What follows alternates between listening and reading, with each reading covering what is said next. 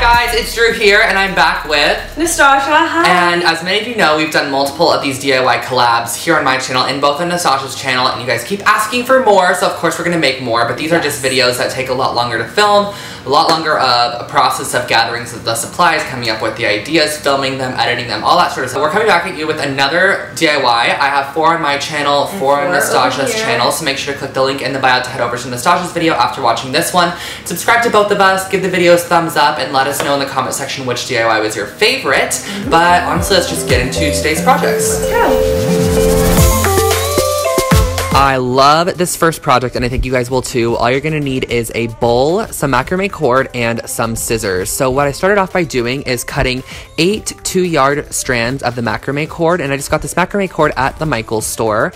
So I cut 8 6-foot strands total, and I tied them all together at the end. This is gonna be the bottom of the macrame that the bowl's gonna sit on, and I divided them into 2 pieces across my coffee table. So as you can see here, there's 2 pieces going on each side, and this whole thing consists of square knots.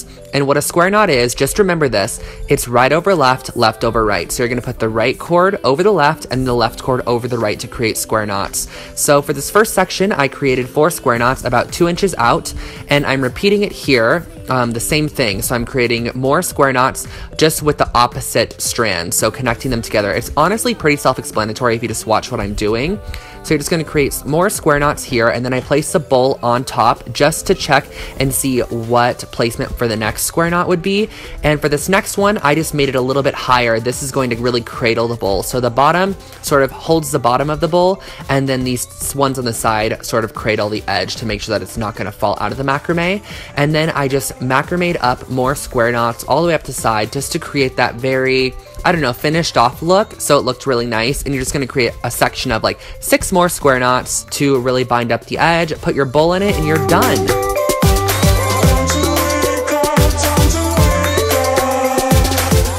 This next concept is so cool, and what you're going to need is a wooden tissue box, some cement powder, a extra cup, plastic spoon, Mod Podge, and I also ended up using a paintbrush. So what you're gonna do is start off with your Mod Podge. You can use matte or glossy. I opted for matte, and I put some in a cup and mixed in about a similar amount of the cement powder. And guys, the cement powder is the same one I've always used from Home Depot, $5. Mix it up into this like pasty mixture, and I don't think there's any rhyme or reason to how much you should actually use. And then I just used a large stippling brush to just stipple it all over the outside of this wooden box, and that was all there is to it. You just let it dry for about 24 hours and it turns into an amazing cement box. You can add an additional coat if you would like, if it's a little bit bare, but this is what it looks like. Also keep in mind, you can really use this concept on anything, like anything at all.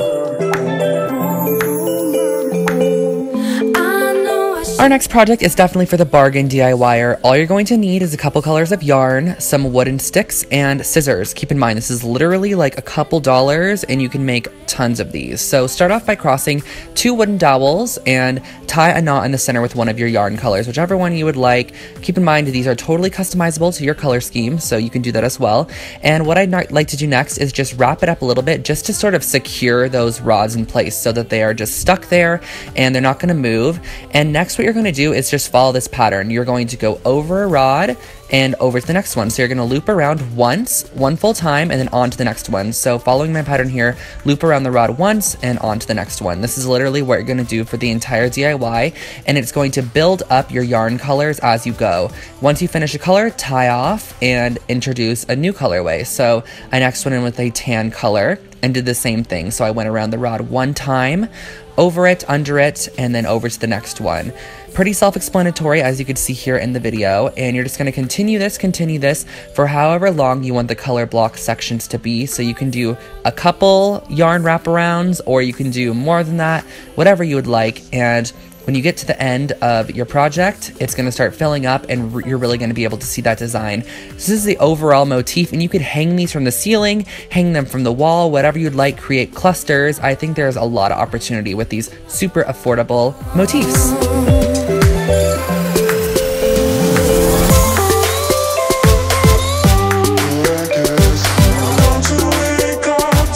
Saving one of the coolest projects for last, the clay photo stands. All you're going to need is some Fimo Soft clay, or just any clay in general, some gold leaf, a paintbrush, and there was a tiny bit of dental floss. You probably couldn't see it, but it was there.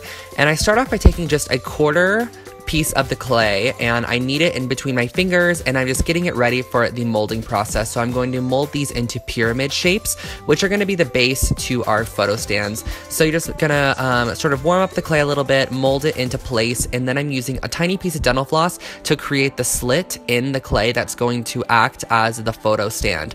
And I also use my fingers just to sort of maneuver around and just recreate it. So you can put it on the side or on the very tippy top, whatever you prefer.